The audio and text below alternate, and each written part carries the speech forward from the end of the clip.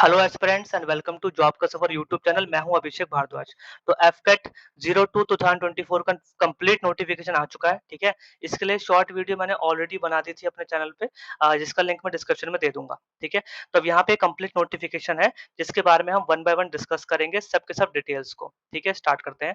देखो, ये जो नोटिफिकेशन है वो आज से ही स्टार्ट हो चुका है, यानी कि 30 मई 2024 11 आवर्स से, यानी कि आज सुबह 11 बजे से आप इसको फिल कर सकते हैं। ठीक है, और 28 जून तक आप इसको रात के 11:30 बजे तक फिल कर पाएँगे। यानी कि आज से लेकर के 28 जून तक आप इसको फिल कर सकते हैं। वेबसाइट यहाँ पे ये दे रखी है। इन दोनों वेबसाइट में से किसी भी वेबसाइट पे आप जाकर के इसको ऑनलाइन फिल कर सकते हैं। ठीक है, इन दोनों ही वेबसाइट को मैं अपने डिस्क्रिप्शन में दे दूँगा। चलो, सबसे पहले यहाँ पे ध्यान रखिए कि इसमें जो आपकी वैकेंसीज़ हैं वो फ्लाइंग के लिए है, ग्राउंड ड्यूटी, टेक्निकल और नॉन टेक्निकल के लिए है। ठीक है? और यहाँ पहले ही इन्होंने बता दिया है कि आपका एग्ज़ाम अगस्त में होने वाला है। ठीक है?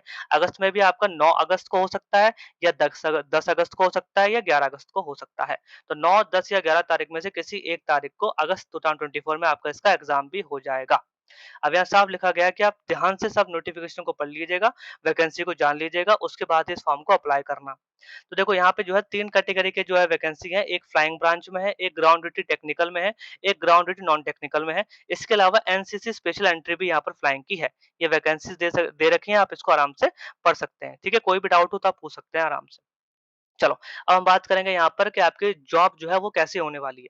तो देखो, यहाँ पे जॉब जो है आपके एसएससी वाली होने वाली है, यानी कि शॉर्ट सर्विस कमीशन वाली होने वाली है, मैन और वुमेन दोनों के लिए। अगर आपका फ्लाइंग ब्रांच में सिलेक्शन होता है, तो आपका जो टाइम पीरियड रहेगा 14 ईयर्स तक का रहेगा, यानी कि आप 14 साल तक यहाँ पे जॉब कर सकते हैं। वहीं पे अगर आपका ग्राउंड ड्यूटी में हुआ है, चाहे टेक्निकल में हुआ है, चाहे नॉन टेक्निकल में हुआ हो, तो आपका जो ये पीरियड रहने वाला है 10 ईयर्स का रहने वाला है। ठीक है? फर्दर इसको एक्सटेंड कर सकते हैं 4 ईयर्स तक, लेकिन वो डिपेंड करता है रिक्वायरमेंट के ऊपर, वैकेंसीज़ के ऊपर और आपने कैसा काम किया है उसके ऊपर। मतलब आपकी जो ड्यूटी है वो 10 साल की होगी, 4 साल तक आपको बढ़ा सकते हैं ग्राउंड ड्यूटी वाले में, अगर आपकी विलिंगनेस अच्छी है ड्यूटी करने के लिए और अगर वहाँ वैकेंसी है, बाकी उनके जो भी नॉर्म्स हैं उनको देख कर के। ठीक है? जबकि फ्लाइंग की तो टोटल 14 ईयर्स की यहाँ पे आपकी होने ही वाली है जॉब। ठीक है? इसके अलावा आपको पीसी भी कर सकते हैं, यानी कि परमानेंट कमीशन में भी आपको ये लोग प्रेफ़र कर सकते हैं। अगेन वो डिपेंड करेगा उनके नॉर्म्स के ऊपर, वैकेंसीज़ के ऊपर और आपने कैसा काम किया है उसके ऊपर। एक चीज़ ध्यान रखना, क्योंकि आपका सिलेक्शन एसएससी में पहले होगा, तो यहाँ पे आपको कोई पेंशन नहीं मिलने वाली है रिटायरमेंट के बाद। ठीक है? इस चीज़ का ध्यान रखना है। हाँ, अगर आप पीसी में चले जाते हैं, परमानेंट कमीशन आपका हो जाता है, तो आपको यहाँ पेंशन वगैरह बाकी चीज़ें भी मिलेंगी। बट इसका मतलब ये नहीं है कि आपको अलाउंसेस वगैरह कम मिलेंगे। इसमें पर्क्स और अलाउंसेस काफ़ी अच्छा रहता है एयर फोर्स में। ठीक है? चलो, अब हम स्टार्ट करेंगे यहाँ पे एलिजिबिलिटी के लिए। सबसे पहले हम बात करेंगे कि आपका इंडियन सिटीज़न होना बहुत ज़रूरी है। अगर आप इंडियन सिटीज़न नहीं हैं, तो आप इस फॉर्म को नहीं भर सकते, ठीक है? ऐज की बात करते हैं, तो एफकेट में जो ऐज है एनसीसी वालों के लिए और फ्लाइंग ब्रांच वालों के लिए, वो है 20 से 24 साल, ठीक है? 1 जुलाई 2025 तक। मतलब अगर आपकी 1 जुलाई 2025 तक आपकी ऐज 20-24 ईयर है, ठीक है? तो आप इस फॉर्म को अप्लाई कर सकते हैं, जिसमें भी अगर आपका जन्म 2 जुलाई 2001 से लेकर के 1 जुलाई 2005 तक के बीच में अगर हुआ है, इसमें दोनों डेट इंक्लूड हैं, ठीक है? तो आप इसमें आराम से भर सकते हैं। इसके अलावा अगर आपके पास करंट कमर्शियल पायलट लाइसेंस है, तो आपकी जो ये ऐज है ये बढ़ जाती है, 26 साल तक की हो जाती है, जिसमें कि आपकी जो डेट ऑफ बर्थ है वो 2 जुलाई 1999 से लेकर के 1 जुलाई 2005 के बीच में होनी चाहिए, जिसमें दोनों डेट भी इंक्लूड हैं। तो यानी कि फ्लाइंग ब्रांच के लिए आपकी जो ऐज है 20 से 24 साल होनी चाहिए 1 जुलाई 2025 तक, ठीक है? ग्राउंड ड्यूटी की बात करूँ, चाहे टेक्निकल हो चाहे नॉन टेक्निकल, इसमें जो आपकी एज है वो 20 से लेकर 26 साल तक होनी चाहिए, वही 1 जुलाई 2025 तक। जिसमें कि आपकी डेट ऑफ बर्थ 2 जुलाई 1999 से लेकर के 1 जुलाई 2005 के बीच में होनी चाहिए, जिसमें ये दोनों डेट्स इंक्लूड हैं। तो ग्राउंड ड्यूटी के लिए जो अपने पास एज है 20 से 26 साल है, 1 जुलाई 2025 तक। ध्यान रखना कि यहाँ पे आपके जो है अनमैरिड होना बहुत ज़रूरी है, जैसे इंडियन सिटीज़न ज़रूरी है, वैसे ही अनमैरिड होना आपका ज़रूरी है। अगर आप मैरिड हैं, तो आप इस फॉर्म को नहीं भर सकते हैं, ठीक है? चलो आगे बढ़ते हैं। अब हम बात करेंगे एजुकेशन क्वालिफ़िकेशन के लिए कि आपको क्या-क्या एजुकेशन चाहिए। हाँ, ये ध्यान रखना कि आपको जो है जब भी आपको ये फॉर्म फिल करना है तो बहुत ध्यान रखना है अपने डेट ऑफ बर्थ को लेकर के या जो भी आपकी वेरिफ़िकेशंस है उनको लेकर के, बिकॉज़ जब बाद में क्रॉस चेक होगा तो आपको डिस्क्वालीफाई कर दिया जाएगा, ठीक है? तो ध्यान से आराम से आपको भरना है पूरे फॉर्म को। सबसे पहले हम बात करेंगे एजुकेशन में फ्लाइंग ब्रांच के लिए। तो फ्लाइंग ब्रांच के लिए अगर आपने 50% मार्क्स लिए हुए हैं मैथ्स एंड फिज़िक्स में, ठीक है? 10+2 लेवल में, तो आप इस फॉर्म को भर सकते हैं, लेकिन 10+2 के साथ आपको ग्रेजुएशन होना ज़रूरी है। 3 इयर्स की डिग्री कोर्स आपको करनी है किसी भी यूनिवर्सिटी से और उसमें 60% मार्क्स आपका होना चाहिए। तो बेसिकली फ्लाइंग ब्रांच के लिए अगर आपके पास 12th में मैथ्स और फिजिक्स है 50% मार्क्स के साथ और आपका ग्रेजुएशन भी ज़रूरी है 60% मार्क्स के साथ, तो आप इस फॉर्म को अप्लाई कर सकते हैं। अगर मान लो आपने ये ग्रेजुएशन नहीं कर रखा है, लेकिन बीई या बीटेक कर रखा है 60% से, तो भी आप यहाँ पे एलिजिबल हैं। ठीक है? इसके अलावा section A and B exam of associate membership अगर आपने कर रखा है 60% मार्क्स के साथ, एरोनॉटिक्स वाले सोसाइटी वाला भी चलेगा, तो भी आप इसको अप्लाई कर सकते हैं। तो 12th क्लास होना, मैथ्स और फिजिक्स में 50% मार्क्स के साथ वो ज़रूरी है। इसके अलावा इन तीनों में से कोई भी अगर आपने एक कोर्स कर रखा है, तो आप फ्लाइंग ब्रांच को एलिजिबल हैं। ग्राउंड ड्यूटी की बात करते हैं पहले टेक्निकल वाले की। इस वाले में भी आपको पहले 12th क्लास पास होना ज़रूरी है। मैथ्स और फिजिक्स होना चाहिए आपके पास, 50% होना चाहिए, दोनों में अलग-अलग। ध्यान रखना ईच लिखा हुआ है, ठीक है? दोनों में अलग-अलग 50% मार्क्स होना चाहिए, इस वाले में भी और इस वाले फ्लाइंग ब्रांच में भी, ठीक है? तो पहली कंडीशन तो यही है सबकी, अगर आपने मैथ्स और फिजिक्स ले रखा है 12th में, दोनों में 50% मार्क्स है, ये कंपल्सरी है। इसके अलावा अगर आपने 4 साल की डिग्री कर रखी है ग्रेजुएशन में, इंटर ग्रेजुएशन में या पोस्ट ग्रेजुएशन कर रखी है, ठीक है? इंजीनियरिंग वगैरह में, तो आप इसके लिए एलिजिबल हैं। या अगेन वही सेक्शन ए और बी का अगर आपने एग्जाम दे रखा है एसोसिएट मेंबरशिप में, तो भी आप इसको एलिजिबल कर सकते हैं। एरोनॉटिक्स सोसाइटी वाले भी इसको एलिजिबल कर सकते हैं, ठीक है? यहाँ पे कुछ ब्रांच दी गई हैं 60% मार्क्स अगर आपने इस किसी ब्रांच से भी कर रखा है, ठीक है? 12th क्लास के अलावा, तो भी आप यहाँ पर एलिजिबल हैं। ध्यान से देख लें, तो एरोनॉटिक्स वाले में भी 12th क्लास होना चाहिए फिजिक्स और मैथ्स के साथ। फिजिक्स और मैथ्स दोनों में 50% मार्क्स होने चाहिए, कंपल्सरी है। इसके अलावा इन सब डिग्रियों में से कोई भी अगर आपके पास एक डिग्री है, तो आप इस टेक्निकल वाले के लिए भी भर सकते हैं, ठीक है? एरोनॉटिक्स वाले के लिए भी वही कंडीशन 50% मार्क्स होने चाहिए फिजिक्स और मैथ्स में 12th क्लास में, ठीक है? दोनों में अलग-अलग, ठीक है? ध्यान रखना। इसके अलावा वही 4 साल की आपने कोई डिग्री की हो या फिर बीई, बीटेक किया हो, यहाँ पे लिखा गया इंजीनियरिंग वाले में। इसके अलावा 60% मार्क्स अगर हो आपके पास इनमें से किसी के साथ, तो ध्यान से इसको पढ़ना है आपको, ठीक है? कि क्या-क्या यहाँ पे दे रखा है, ठीक है? बहुत सारी डिग्रीज़ हैं ये। इनमें से किसी एक के साथ अगर आपने कर रखा है, तो आप इसको आराम से फिल कर सकते हैं। अगेन अगर आपको समझ में नहीं आता, तो कमेंट बॉक्स है, वहाँ पे आप पूछ सकते हैं, ठीक है? लास्ट बचता है बस ground duty non technical branches के लिए। तो इस वाले में अगर आपने वेपन सिस्टम में जाना है, तो इसमें आपके पास 50% मार्क्स अगेन होने चाहिए मैथ्स और फिजिक्स में 12th लेवल में और ग्रेजुएशन होना चाहिए 3 साल का डिग्री कोर्स किसी भी यूनिवर्सिटी से और ग्रेजुएशन में आपका 60% मार्क्स होना चाहिए।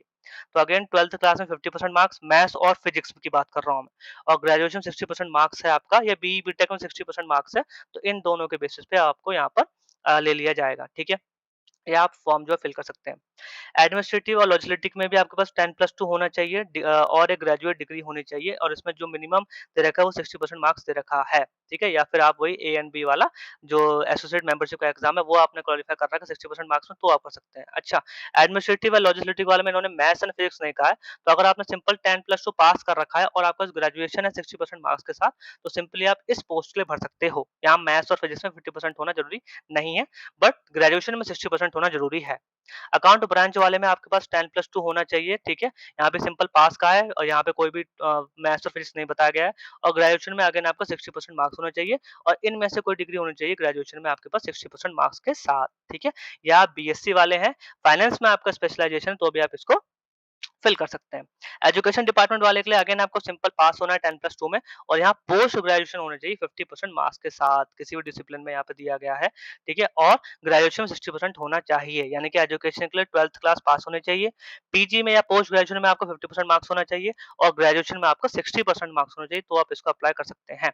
मेट्रोलॉजी के लिए अगेन आपको पास करना है 10+2 12th एग्जाम और बीएससी में यहाँ पे 12th में तो नहीं कहा है, लेकिन बीएससी में कहा है फिजिक्स और मैथ्स होने चाहिए, 60% मार्क्स होने चाहिए आपके पास टोटल मिला करके या इनमें से कोई डिग्री है आपके पास 12th क्लास के अलावा, तो भी आप इस मेट्रोलॉजिकल वाले डिपार्टमेंट को फिल कर सकते हैं।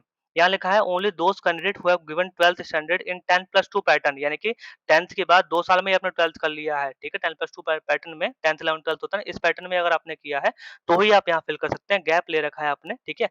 जिसका कोई पर्टिकुलर रीज़न नहीं है, तो आप इस फॉर्म को फिल नहीं कर सकते। अगेन बोल रहा हूँ, इस नोटिफ़िकेशन को ध्यान से पढ़ना आपको, ठीक है? उसके बाद ही इसको फिल करना है। इस नोटिफ़िकेशन का पीडीएफ भी मैं आपको डिस्क्रिप्शन में दे दूँगा, ठीक है? तो डिस्क्रिप्शन में आपको काफ़ी कुछ मिल जाएगा, लिंक भी मिल जाएगी, शॉर्ट वीडियो मिल जाएगी और ये पीडीएफ भी आपको यहाँ पर मिल जाएगा। बाकी कुछ बेसिक दिया हुआ है फिजिकल और मेडिकल स्टैंडर्ड, वो आप आराम से पढ़ लेना, ठीक है? कैसे आपको लॉगिन करना है, ध्यान रखना ये सब का सब चीज़ें यहाँ पे ऑनलाइन होने वाला है, चाहे आपका लॉगिन हो, चाहे आपका फीस पेमेंट हो, चाहे कुछ भी हो, सब यहाँ पे ऑनलाइन होगा, ठीक है?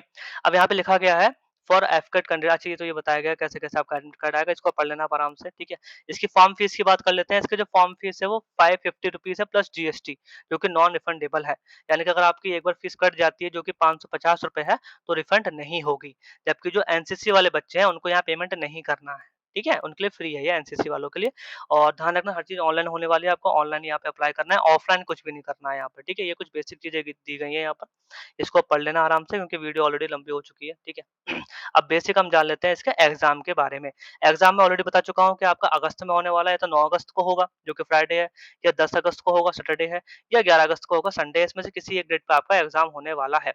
शिफ्ट ये होने वाली है, सुबह की शिफ्ट हो सकती है या फिर शाम की शिफ्ट हो सकती है, डेट्स उन्होंने डेट के साथ-साथ ये टाइमिंग भी दे रखी है, इस टाइमिंग में आपका होगा। अब हम बात करेंगे इसके एग्ज़ाम में होने क्या वाला है, ठीक है? तो इसके एग्ज़ाम में आपका एक एग्ज़ाम होगा 2 घंटे का, जिसमें 100 क्वेश्चन्स होंगे 300 मार्क्स के। ध्यान रखना ये कंप्यूटर पे होने वाला है और ये ऑनलाइन होने वाला है और ये ऑब्जेक्टिव बेस होने वाला है। 2 घंटे का एग्ज़ाम है, 100 क्वेश्चन होंगे, 300 मार्क्स का होगा। इसमें आपका जनरल अवेयरनेस आने वाला है, इंग्लिश आने वाली है, मैथ्स यानी कि न्यूमेरिकल एबिलिटी आने वाली है, रीज़निंग आने वाली है और मिलिट्री एप्टीट्यूड टेस्ट आने वाला है, ठीक है? इसकी मार्किंग स्कीम ऐसी है कि आपको सही आंसर के लिए 3 मार्क्स मिलेंगे और रॉन्ग आंसर के लिए आपको 1 मार्क्स काट लिया जाएगा। अगर आपने अनअटेम्प्ट छोड़ा तो उसमें कोई मार्क्स नहीं मिलेगा। सिंपल एक ही एग्ज़ाम यहाँ पर आपका होगा, ठीक है? यहाँ पे आपको सिलेबस दिया गया है जिसको आप आराम से पढ़ सकते हैं, ठीक है? और आराम से इस फॉर्म को फिल कर सकते हैं। अगेन बता रहा हूँ इस फॉर्म को ध्यान से पढ़ लेना पीडीएफ को आराम से, उसके बाद ही इसको अप्लाई करना। कहीं पे कोई भी डाउट होता है या कहीं पे कोई भी दिक्कत आती है तो कमेंट बॉक्स में आप आकर के पूछ सकते हैं। तो यही पूरा प्रोसीजर है एफकेट 02 2024 के एग्ज़ाम के लिए या एप्लीकेशन के लिए। आप इसको आराम से फिल कीजिएगा। इस सब लिंक को मैं दे दूँगा आपको डिस्क्रिप्शन में, वहाँ पे जाके आप चाहे तो सीधा ही अप्लाई कर सकते हैं और पीडीएफ को भी दे दूँगा, शॉर्ट वीडियो भी मैं आपको लिंक में दे दूँगा, ठीक है? आई होप आपको वीडियो अच्छी लगी होगी। अगर अच्छी लगी हो तो आप लाइक कर सकते हैं, सब्सक्राइब कर सकते हैं और शेयर कर सकते हैं। Thank you.